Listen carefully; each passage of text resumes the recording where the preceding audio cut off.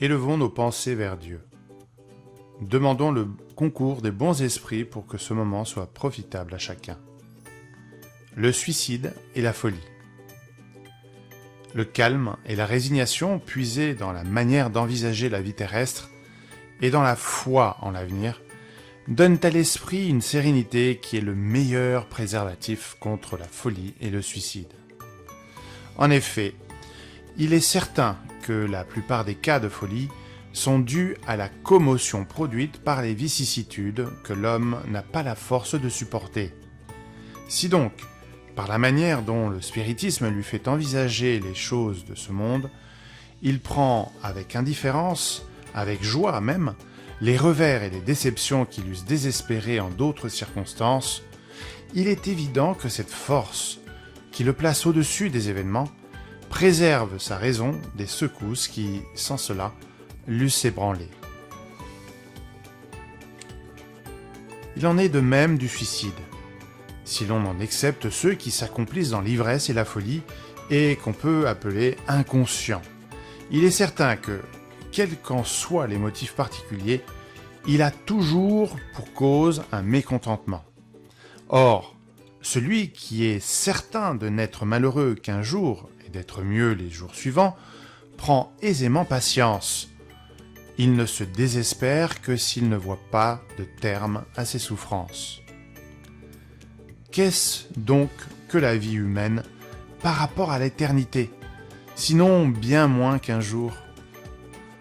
Mais pour celui qui ne croit pas à l'éternité, qui croit que tout finit en lui avec la vie, s'il est accablé par le chagrin et l'infortune, il n'y voit de terme que dans la mort.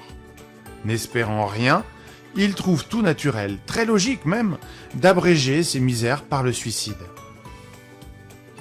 L'incrédulité, le simple doute sur l'avenir, les idées matérialistes en un mot, sont les plus grands excitants au suicide.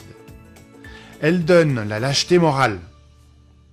Et quand on voit des hommes de science s'appuyer sur l'autorité de leur savoir pour s'efforcer de prouver à leurs auditeurs ou à leurs lecteurs qu'ils n'ont rien à attendre après la mort, n'est-ce pas les amener à cette conséquence que, s'ils sont malheureux, ils n'ont rien de mieux à faire que de se tuer?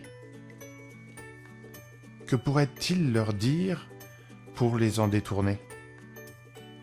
Quelle compensation peuvent-ils leur offrir? Quelle espérance peuvent-ils leur donner? Rien autre chose que le néant. D'où il faut conclure que si le néant est le seul remède héroïque, la seule perspective, mieux vaut y tomber tout de suite que plus tard, et souffrir ainsi moins longtemps. La propagation des idées matérialistes est donc le poison qui inocule chez un grand nombre la pensée du suicide. Et ceux qui s'en font les apôtres assument sur eux une terrible responsabilité. Avec le spiritisme, le doute n'étant plus permis, l'aspect de la vie change. Le croyant sait que la vie se prolonge indéfiniment au-delà de la tombe, mais dans de toutes autres conditions. De là, la patience et la résignation qui détournent tout naturellement de la pensée du suicide. De là, en un mot, le courage moral. Le spiritisme a encore, sous ce rapport, un autre résultat tout aussi positif, et peut-être plus déterminant. Il nous montre les suicidés eux-mêmes venant rendre compte de leur position malheureuse et prouver que nul ne viole impunément la loi de Dieu, qui défend à l'homme d'abréger sa vie.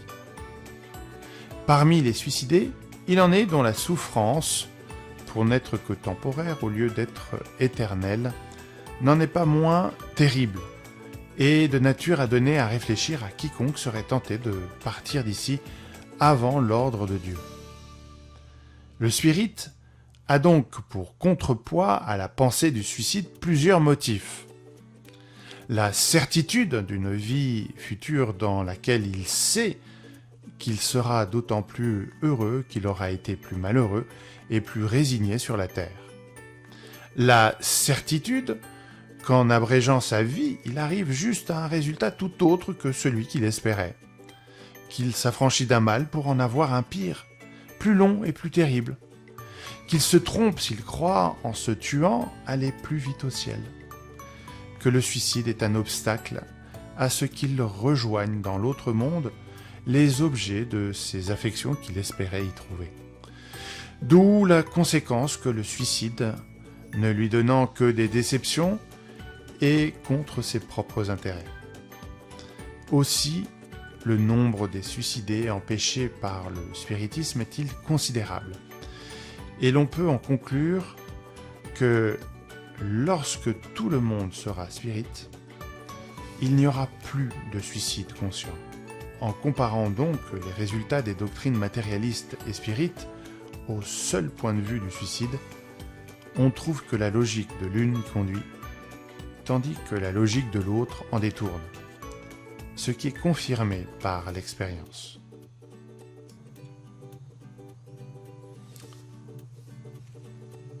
Nous souffrons tous ici-bas. Et ce qui fait que nous pouvons aller au-delà de ces différents moments de souffrance, c'est notre capacité à nous projeter dans cet avenir qui s'offre à nous. C'est la capacité de construire aujourd'hui un avenir plus paisible, plus clair, plus serein. Comment construire ainsi cette sérénité, cette vision plus claire, plus simple? Peut-être en commençant aujourd'hui à comprendre ce qui nous est proposé à vivre, comment nous y faisons face et surtout de comprendre comment nous parvenons à produire ces différents moments de souffrance. Car en sachant comment on arrive à souffrir, comment on produit cette souffrance, on saura les éviter. On saura éviter ces différents moments, on saura déconstruire et surtout prendre d'autres chemins plus paisibles. Ce qui fait notre particularité par rapport aux autres règnes, notamment au règne de nos frères mineurs, les animaux, c'est ce caractère moral, ce sens spécial moral. Celui-ci nous est propre à nous autres les humains, car il nous permet de considérer ce qui s'affranchit de la matière et de connaître Dieu.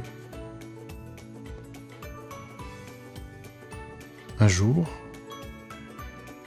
nous connaîtrons Dieu, nous saurons ce qu'est Dieu et nous vivrons pleinement sa volonté.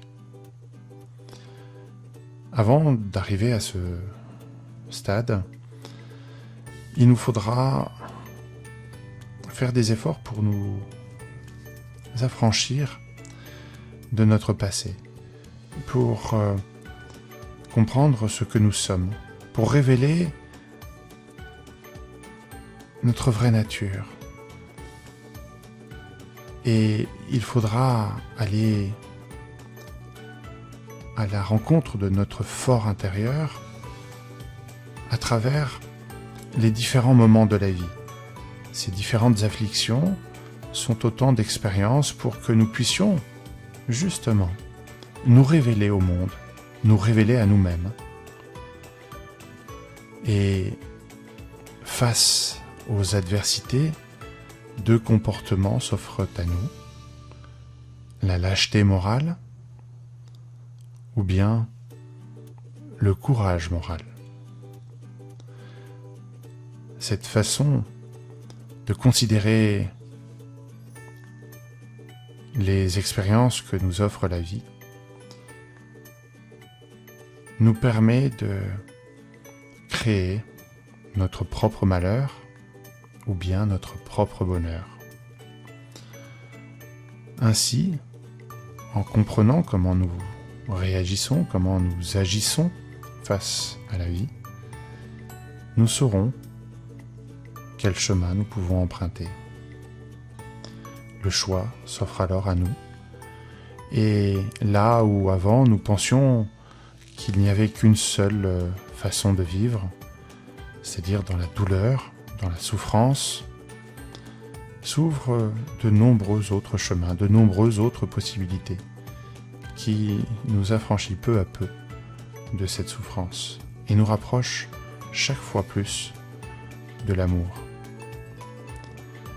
C'est ainsi que nous avons ici deux façons de vivre, d'apprendre à vivre, par la souffrance ou par l'amour, par la lâcheté morale ou par le courage moral.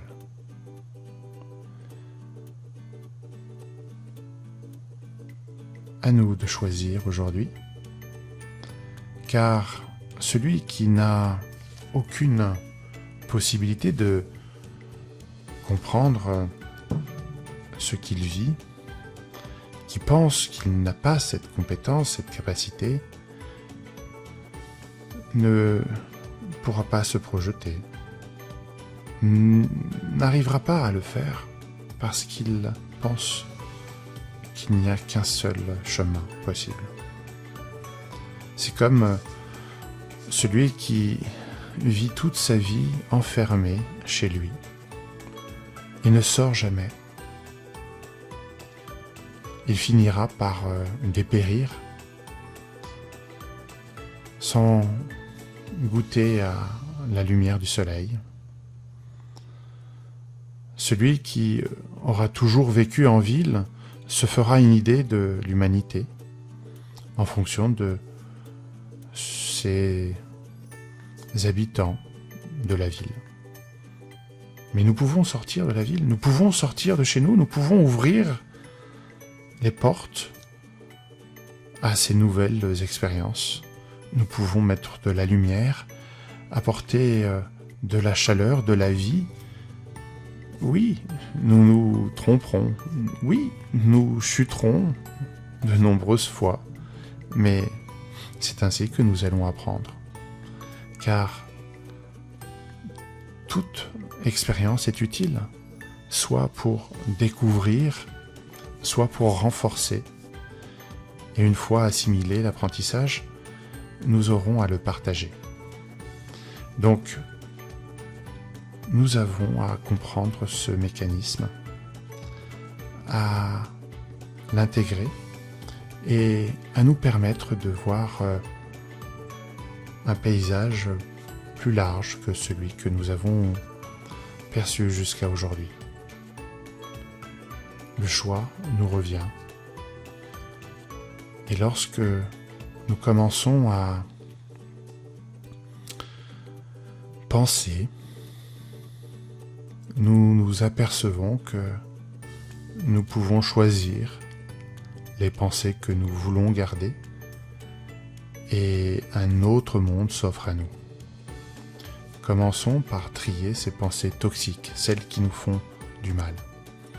Puis très vite, nous commencerons à collecter les meilleures pensées que nous avons pour ensuite expérimenter de nouvelles choses, avoir de nouvelles idées.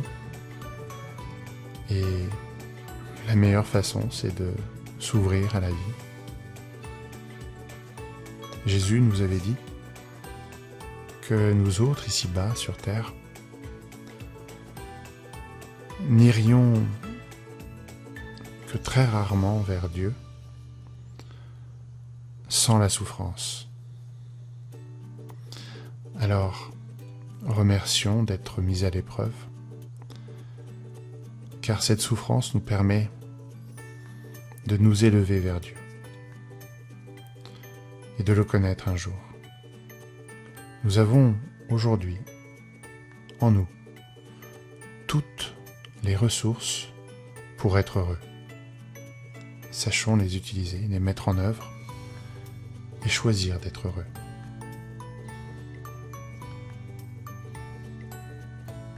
Nous ne sommes jamais seuls.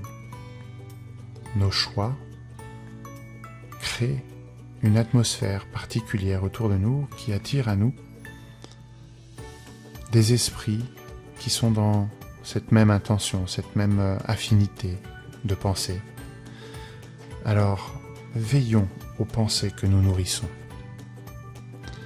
Choisissons avec attention ces différentes pensées que nous cultivons, renforçons à chaque instant. Car ce sont elles qui attirent à nous ceux qui vont soit nous aider à rester dans cette situation de douleur, de souffrance, soit ceux qui vont nous aider à nous en sortir et aller explorer le reste du monde. Nous sommes des êtres immortels, ce qui signifie que nous avons été créés, mais qu'il n'y a pas de fin. Donc, nous pouvons choisir soit de rester dans ce moment de souffrance, soit de réagir et de choisir d'être heureux.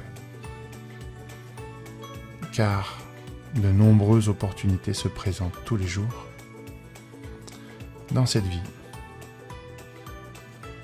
Choisissons d'être heureux aujourd'hui. Identifions toutes ces opportunités pour le devenir dès maintenant. Recommençons demain, et encore, et encore, et encore, jusqu'à parvenir au résultat, à l'objectif que nous nous sommes fixés. Les bons esprits nous y aideront. Aide-toi et le ciel t'aidera. Et dans le ciel, tous les messagers de Dieu sont là pour nous accompagner. Alors, faisons un pas, renouvelons ce pas, pour que nous puissions emprunter ce chemin, ce droit chemin qui mène à Dieu, en bonne compagnie. Prenons un temps pour réfléchir à ces quelques idées partagées aujourd'hui.